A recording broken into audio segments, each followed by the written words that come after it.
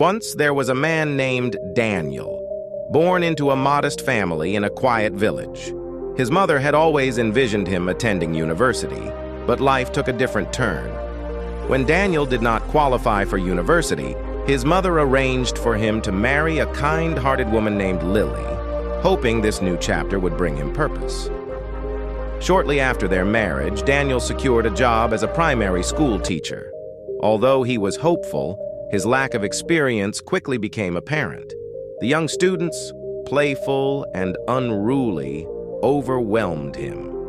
Within a week, Daniel resigned, feeling utterly defeated. He returned home, his spirit crushed, and tears welled up in his eyes. Lily, ever calm and nurturing, sat beside him and gently wiped his tears. "Daniel," she said softly, "when one is too full, they can either pour out what's inside or be unable to pour at all. Don't be too disheartened. Perhaps there's a job out there that fits you better. You just haven't found it yet." Encouraged by her words, Daniel searched for another job. He found work in an office, but his inexperience and slow pace led to his dismissal once again. This time, he returned home more despondent than before. Lily, as always, greeted him with understanding.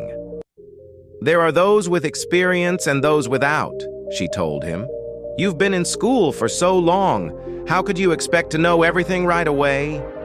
Skills come with time and practice." Over the next few years, Daniel took on various jobs, but none lasted long. Each time he was let go, his confidence waned.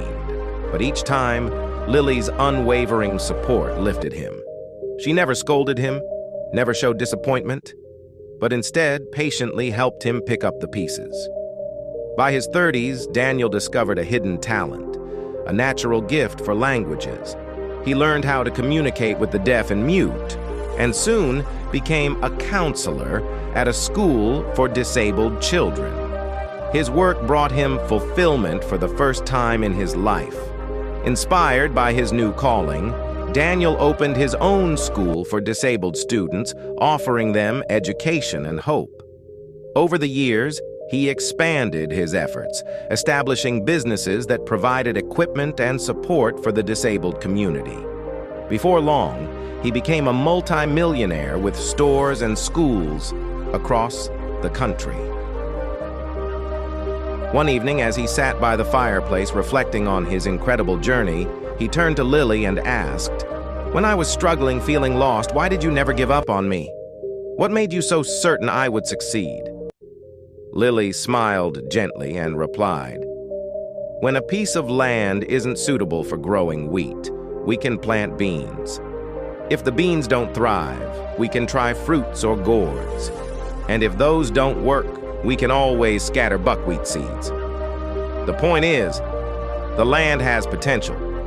It just needs the right seed. One of those seeds will bloom, and when it does, that land will be full of life." Tears filled Daniel's eyes as he listened to her words. He realized that throughout all his failures, Lily had been the seed that persisted, the one that believed in his potential even when he couldn't see it himself. Her love, patience, and unwavering faith had helped him transform barren ground into a flourishing landscape. Powerful message. In life, no one is truly useless. Just as a piece of land may not yield wheat but might instead produce beans or flowers, every person has their own unique potential waiting to be discovered. It may take time, patience, and countless attempts, but there is always a place where you can bloom.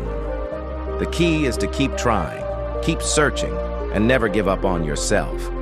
Remember, it's not about the number of times you fall, but the strength with which you rise. Everyone has value, and with persistence, you can find your purpose. Nobody is useless. They are simply waiting to find the right place to grow.